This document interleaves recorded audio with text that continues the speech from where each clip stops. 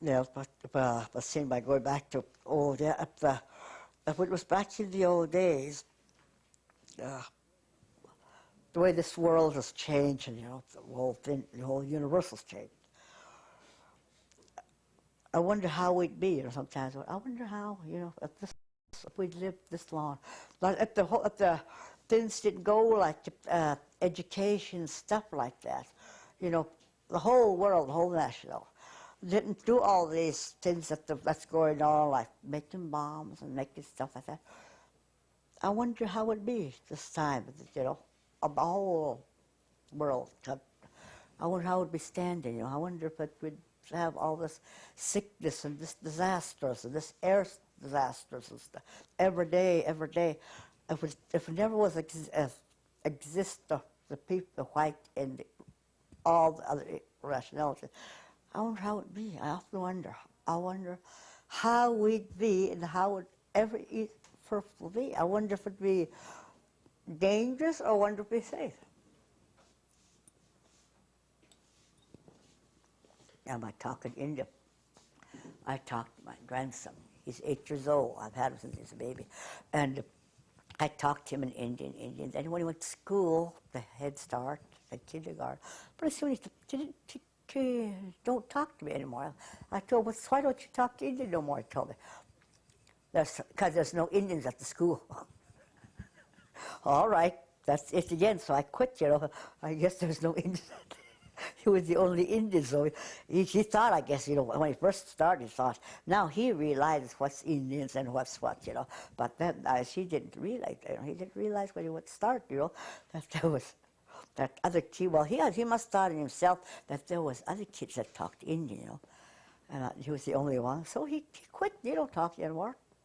So we're so yappy now, except because he just quit because there was just stuff there that he could talk. No other kids talked, so he was the only one, so he quit.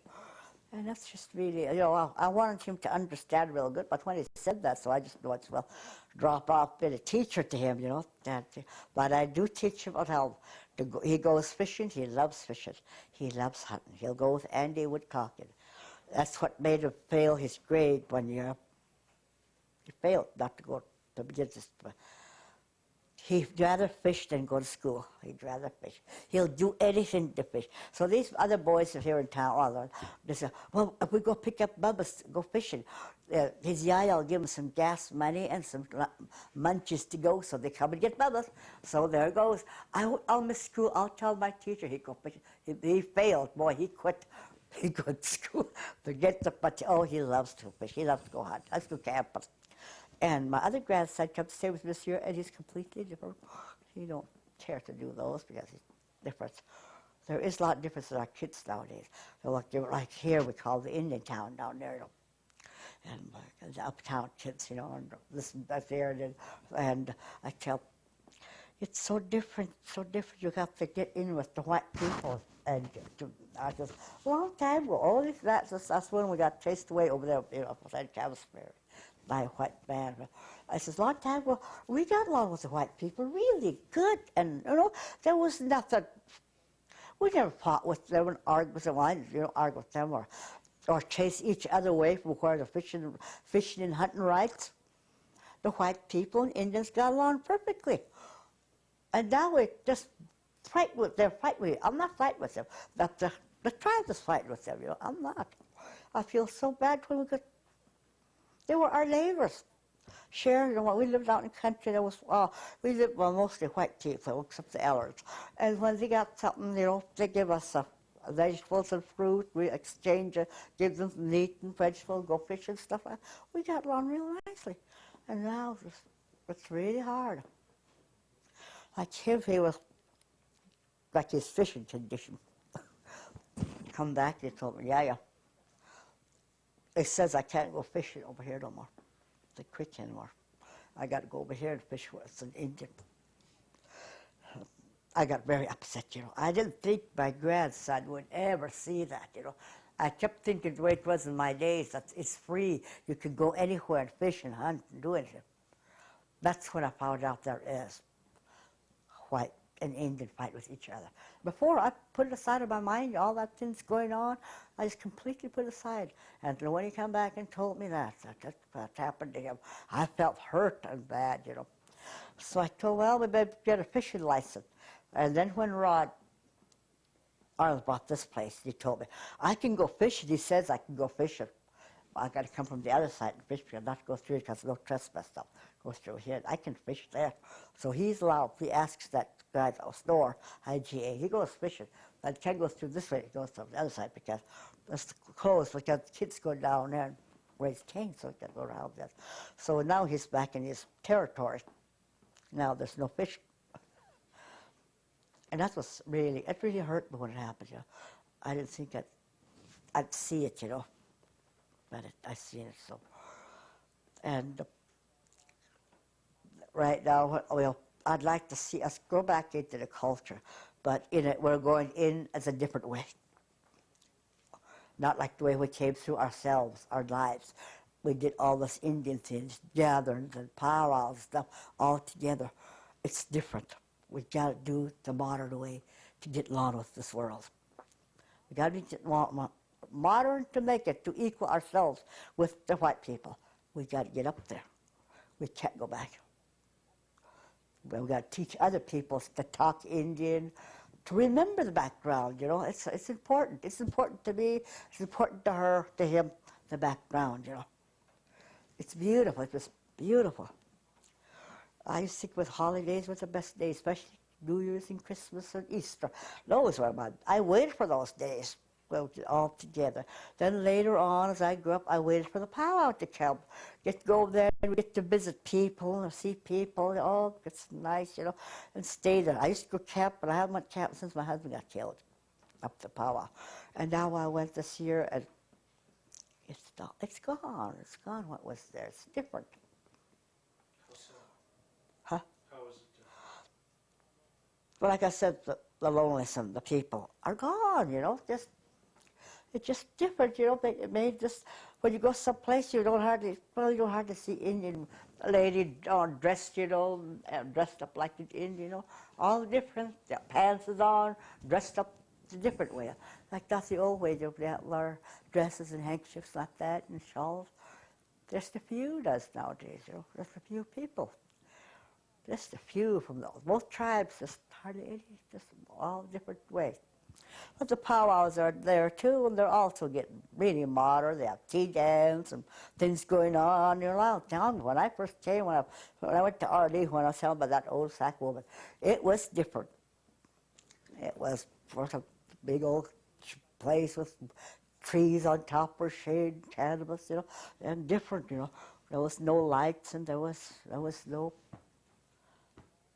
drinking, no drugs and stuff like that. Time going, it was just go peaceful, you know. You don't have to go there and think, worry about this is going to happen or something like that, you know. It's so different. You pack your own water. And they had their own little toilets, about toilets, and it was so beautiful, you know, people. And when night came, that was the early ones when I first went there. Night came, they have, you know, fires, you know, the prison put that, then they had this canvas dance and people sitting out there, open little fire, having coffee or those eat that night. That went on. It wasn't noisy, you know, no hollering. Well, there's holler around when they get all happy, they holler, and away they go, you know. Just go all night, just dance and be just happy, you know. And that's gone too. Now because they have the camp crier. They don't have that no more. Our camp crier got mad too when he quit. So aren't you going to cry around? Or what? Cry around to what? They said, there's no flatheads and Kootenays left. They know what I'm doing. The rest of people think I'm crazy. I said, well, I was right next to these guys from Canada, you know, and there was my cousin's camp crier. And these two guys, is that guy drunk?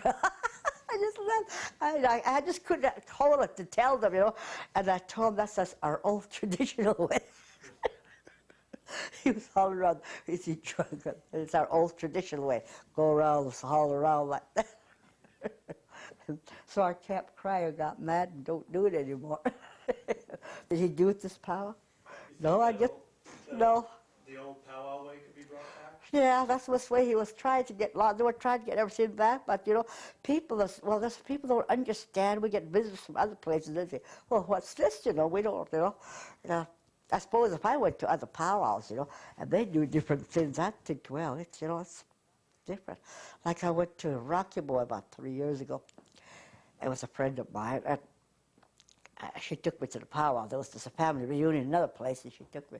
And all the powwow was it's the old-fashioned to me. It was, you know, it was different. You know, they don't have that, you know, big thing like we have, big dancing arena. Different. It was out in the open. They had those lights and stuff like that when they played, and it was really, well, it was nice. You know, it brought memories back. There were elders there, you know, bandanas and shawls or something, braids and stuff like that. There were a lot of them just talking Indian. They still talk Indian, you know. Little kids were talking Indian over there. And our tribe and other tribes, well, that's just almost there. I think we're here down the coast has completely changed. A place they're talking English, you know. And I thought that powwow was the most beautiful powwow I've seen. Different. If you could be running the Flathead Culture Committee to say how the powwow should be run now, what changes would you make? I couldn't make it. It's too modern. No. I couldn't make anything. It's too modern. If you try to go back all ways, you've got no company because they'll say, "Oh, they're old-fashioned. We want to go over there." Well, they're too old-fashioned. We can't go over there. If we go back, you know, do like the old days, no lights and no nothing like that, you know, just teepees. Nobody would come. I don't know. Maybe more people would miss that way than you think. Well, there's lots of things. There's alcohol. There's a drug. They'd come in there and they'd raise cane. And then no lights, and you can't make a fire nowadays. You know, that's just completely changed.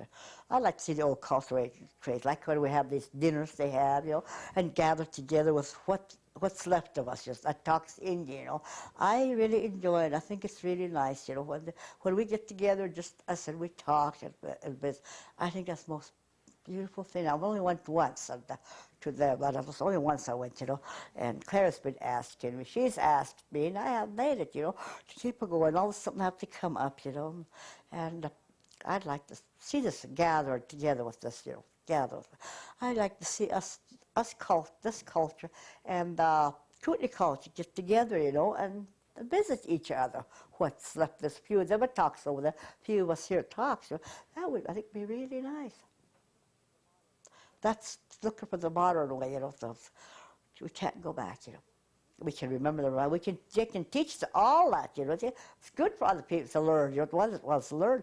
But mostly the white people or the half-breeds, it's really interesting. I don't know if the real the full-blood Indians we have left in this reservation are really interested. I don't know. Do you know if it's really interesting? Some, because you see quite a few, and and that's really true because a lot of things is really nice, you know. Like if we'll go back to Old Mission here, you know. I was born in town here, and I'm gonna live here forever, whatever I leave, and I used to think, oh, this was beautiful, yeah. Oh, how nice it was on these holidays, you know, and then Halloween. I used to know how crazy people boys used to get, and you know, you think it's, you know, nowadays, you know, if you did anything that do like what they did, you'd probably be in prison. They used to raise cane around the Indian town, and the Halloween was a crazy night, like witch nights, whatever, all crazy.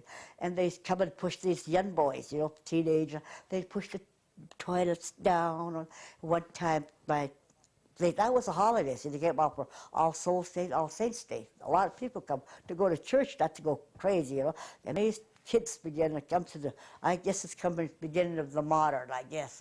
Beginning of the modern, to know what Halloween was, you know. These boys start school, you know. They were at the father's school.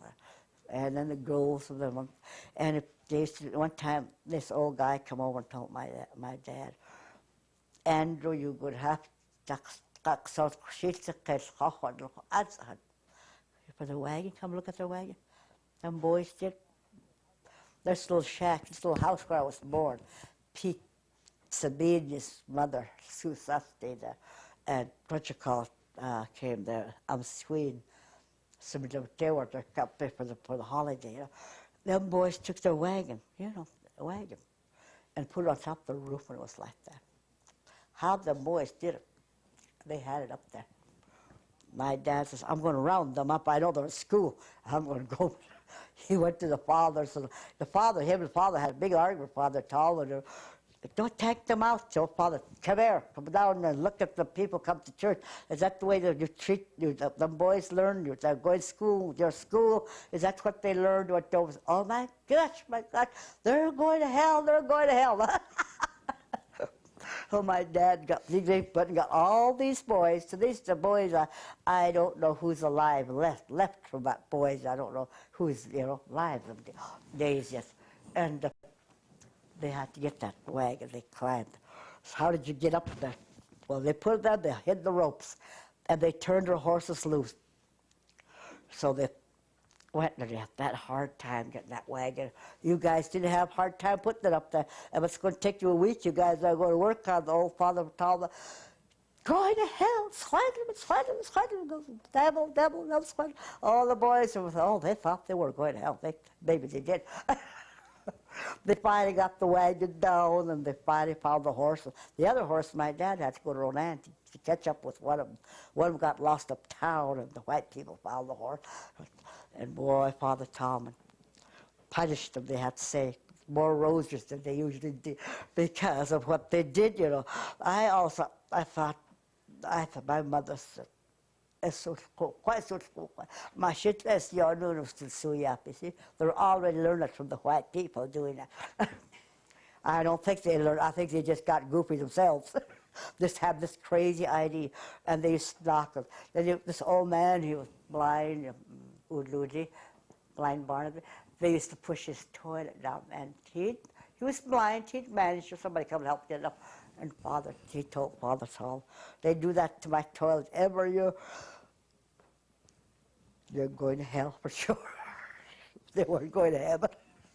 They're going to go to hell. They're going to burn. And them boys really, they got so punished so bad. They had kneel down there, and Father made them say the roses 2-3 times. They were really paid for it.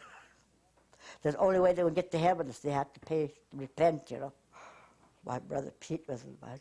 Oh, then he got home, and then my dad and mother were after him, telling him to pray because he did bad things, and he had to pray.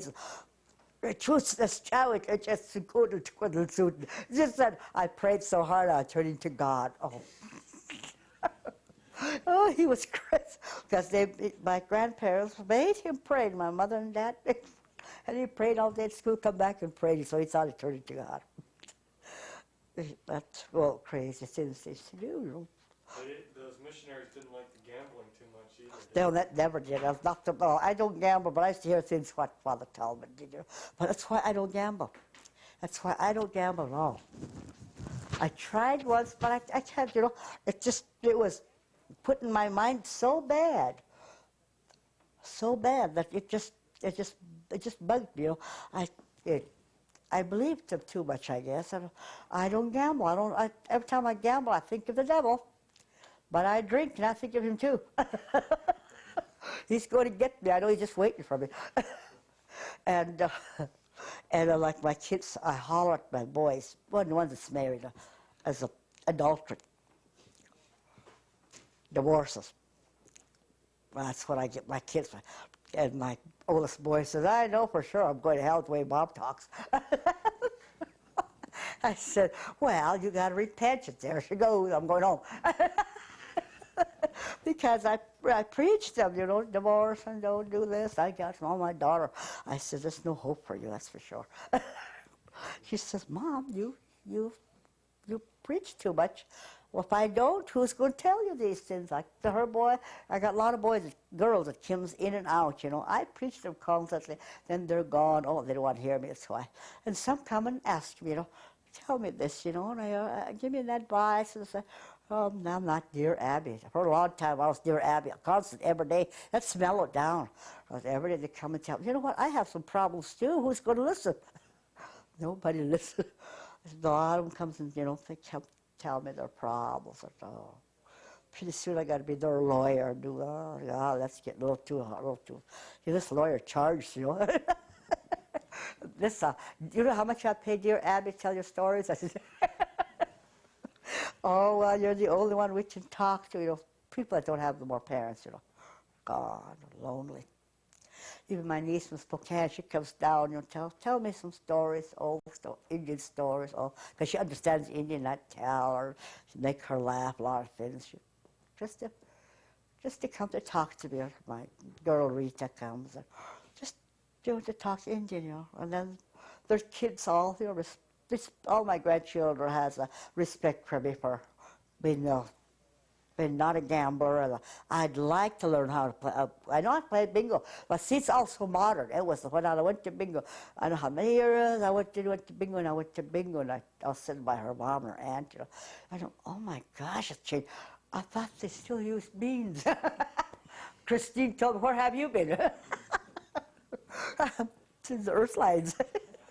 And here it's all modern. And then I didn't go again for a long time. I went about a year ago. It changed again. It's different. Got those like now what they have now when I go, and they get those big things, you know, they gather together. And if I got that many, how would I keep track of it? They come in with their tape and their glue and stuff like that. What are they doing? Rita told they were getting some and they put it. Oh my gosh, how am I going to learn to go play bingo? I'll never learn.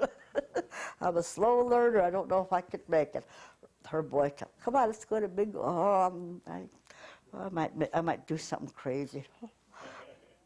Oh, she said, that's true. But there's a lot. I don't like to. So even that has to. Well, that was mean. And there was no money. There was candy and, you know, gifts like that. You know. And that's changed, too. Or completely changed. But I'm going to go to bingo one of these days. I'm going to go see what else is new. I haven't went for over a year. Has it changed? Because I want to go over there and see if they change. My nephew's coaxing me, Mark, oh, come on, I'll take you. Oh, when I think